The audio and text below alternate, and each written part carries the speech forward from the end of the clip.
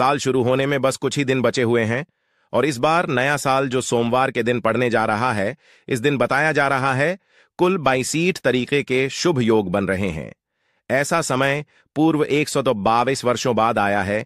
इस दिन महालक्ष्मी योग, इंद्र योग, ब्रह्म योग, सतलज योग, शुभ योग जैसे कुल 62 तरीके के शुभ योग बन रहे हैं और इस दिन महालक्ष्मी की असीम कृपा बरसने वाली है। और अगर इस दिन आप चुपचाप किसी को बिना बताए तुलसी के नीचे ये के चीज बांध देते हैं तो आपकी सभी समस्याओं का हल संपूर्ण रूप से हो जाएगा। इसलिए इस दिन तुलसी से जुड़ा यह अचूक उपाय आपकी हर परेशानी को हल कर देगा, चाहे वह धन को लेकर हो या सेहत या संतान की हासिल को लेकर। इसलिए दोस्तों, वीडियो को आखिर तक जरूर देखें। और दोस्तों, अगर आप भी अपने जीवन में भगवान श्री हरि विष्णु की कृपा पाना चाहते हैं तो इस वीडियो को लाइक करके कमेंट में जय श्री हरि, जय मां लक्ष्मी लिखना ना भूले, जय मां लक्ष्मी।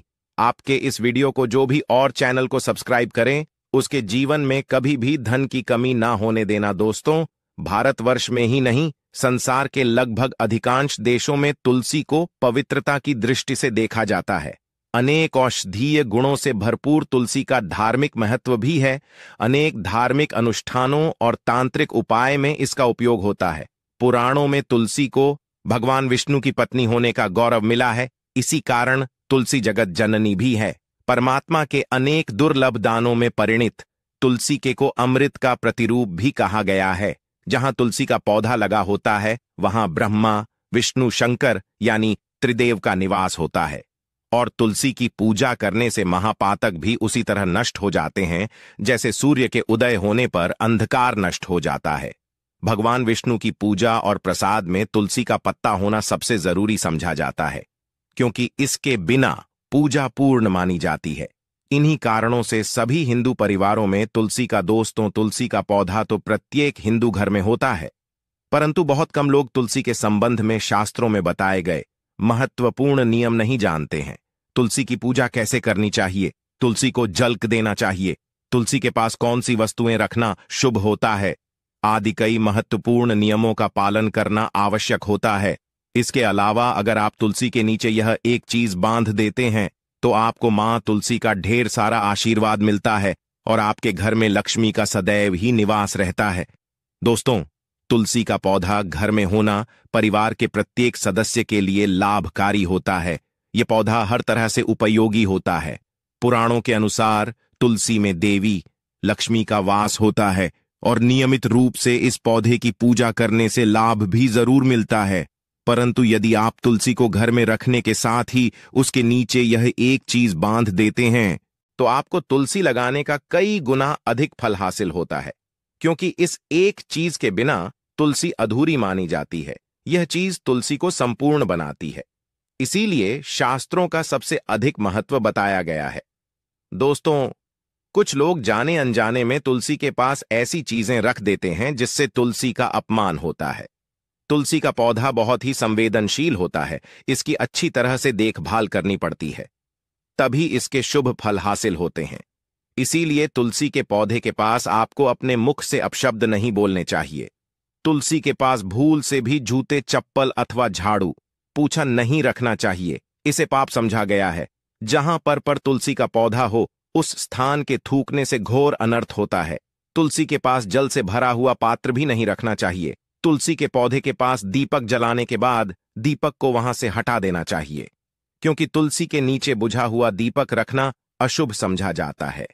जिस स्थान पर भी तुलसी का पौधा होता है उस स्थान को हमेशा ही स्वच्छ रखना चाहिए। इसीलिए नियमित रूप से तुलसी के पौधे का पास साफ सफाई का ध्यान रखें।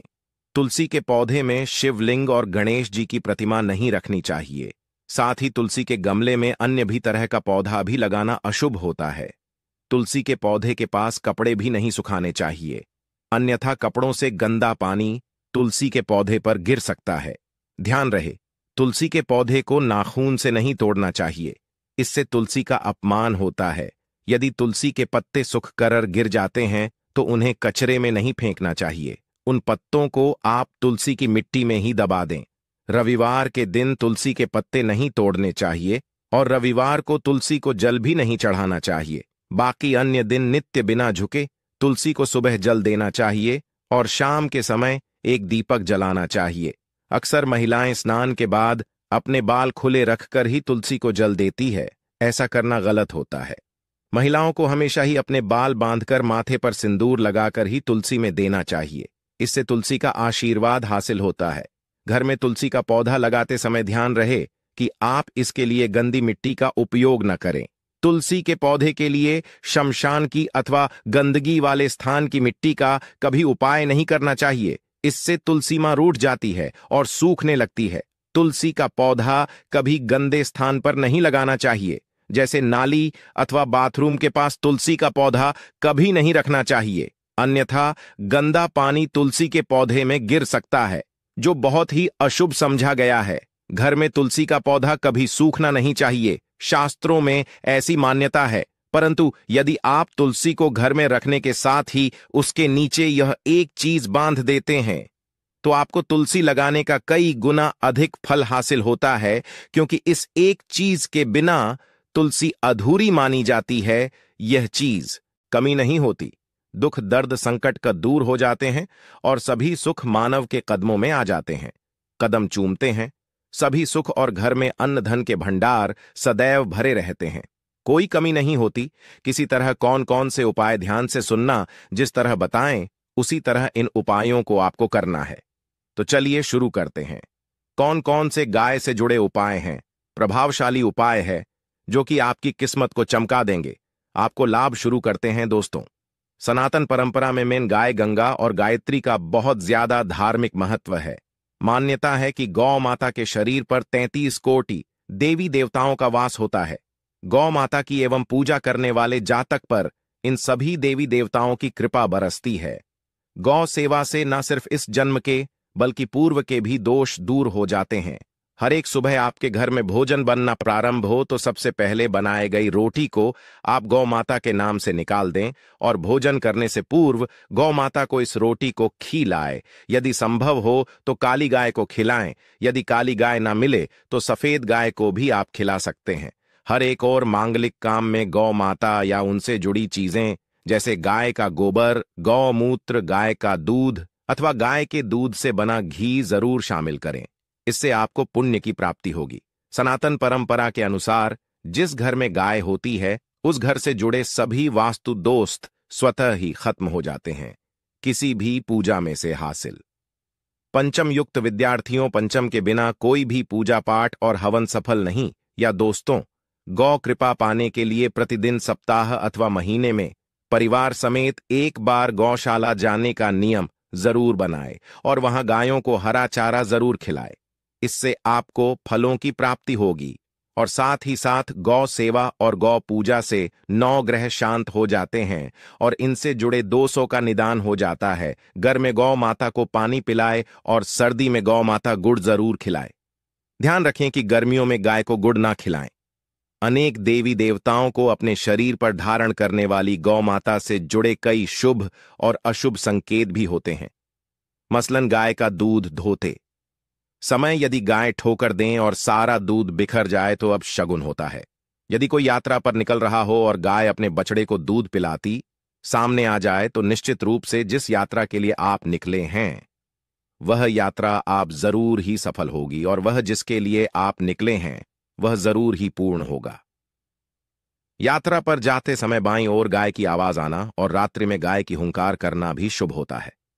दोस्तों, साथ ही साथ गाय के साथ आप भूल कर भी यह काम न करें, अन्यथा मिलता घोर पाप और जीवन भर की परेशानियां। जी हां दोस्तों, गाय को राष्ट्रीय पशु बनाए जाने और इन्हें मौलिक अधिकार दिए जाने की बात हो रही है तो सवाल उठता है, गाय संस्कृत का अहम हिस्सा है, तब भी गाय के साथ लोग खराब व्यवहार कैसे कर लेते हैं?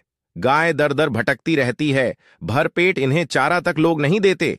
गाय जब तक दूध देती रहती है तो उनकी सेवा होती है और जैसे ही दूध देना बंद कर देती है तो लोग इन्हें उनकी पर छोड़ देते हैं, सड़कों पर और गलियों में भटकने के लिए। ऐसे में गोवंश जीवों को कोई डंडे मारता है तो कोई उन पर पानी डाल देता है, कभी वाहनों से कर लग जाती है तो कभी बीमार होकर बेचारी यह गाय दम तोड़ देती है। ऐसे में जरूरत है इन बातों को जानने की। गाय को लेकर शास्त्रों में क्या कहा गया है? गाय के साथ आपको कैसा व्यवहार करना चाहिए? क्या दोस्तों, गाय को कभी भी मारना पीटना नहीं चाहिए। शास्त्रों में गाय को माता का दर्जा दिया गया है। गाय को मारने माता को मारने पीटने वाले के समान पाप का भाग्य समझा जाता है। नर्कलोक में वर्षों तक कष्ट भोगना पड़ता है। अगले जन्म पशु योनि में मिलता है। कथा है कि गौतम मुनि ने गलती से गाय को डंडा मार दिया था, जिससे गाय की मृत्यु हो गई थी, और इस पाप से मुक्ति के लिए इन्हें वर्षों तक तपस्या करनी पड़ी।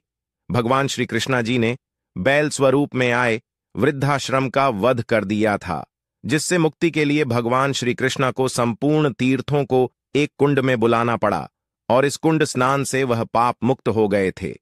ये दोस्तों साथ ही साथ पानी पी रही गाय को भगाते हैं। वे घोर पापी के भागी बनकर नर्क भोगते हैं, ऐसा पुराणों में बताया गया है। जबकि जो लोग गाय के लिए प्याऊ और चार बनवाते हैं वह महाभाग्यवान होते हैं। ऐसे लोग गौर पाप से मुक्त होकर स्वर्ग पा जाते हैं और बड़े ही धनवान कुल में जन्म लेकर सुख भोगते हैं। और साथ ही साथ आराम कर रही गाय को कष्ट देकर कभी भी उठाना नहीं चाहिए।